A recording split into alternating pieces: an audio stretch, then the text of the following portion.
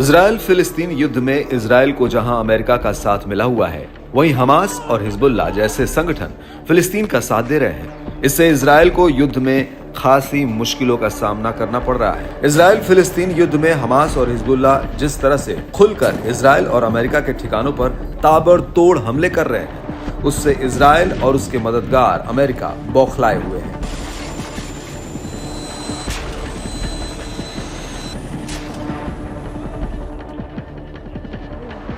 हाल ही में हिजबुल्लाह ने अमेरिकी ठिकानों पर भयंकर हमले किए, जिनमें 3 अमेरिकी सैनिकों की मौत हो गई और दर्जनों घायल हुए। उसके बाद भी इजराइल पर हमलों का दौर जारी है। अमेरिका और इजराइल का मानना है कि शुरुआत से लेकर अब तक हमास और हिजबुल्लाह उन पर जो हमले कर रहे हैं, उसके पीछे ईरान का हाथ है।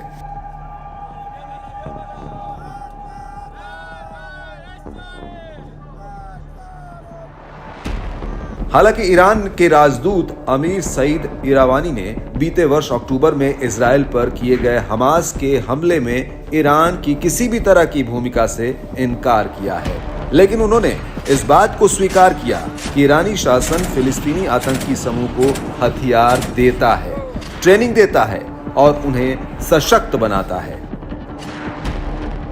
इरावानी ने कहा कि फिलिस्तीन के मामले में हम हथियार भेज रहे हैं, हम उन्हें प्रशिक्षित कर रहे हैं और उन्हें सशक्त बना रहे हैं।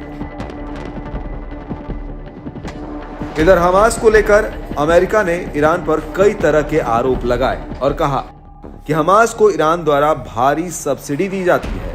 अमेरिका का कहना है कि गाजा पट्टी पर शासन करने वाले हमास के लिए ईरान से प्रतिवर्ष लगभग $100 मिलियन की फंडिंग आती है।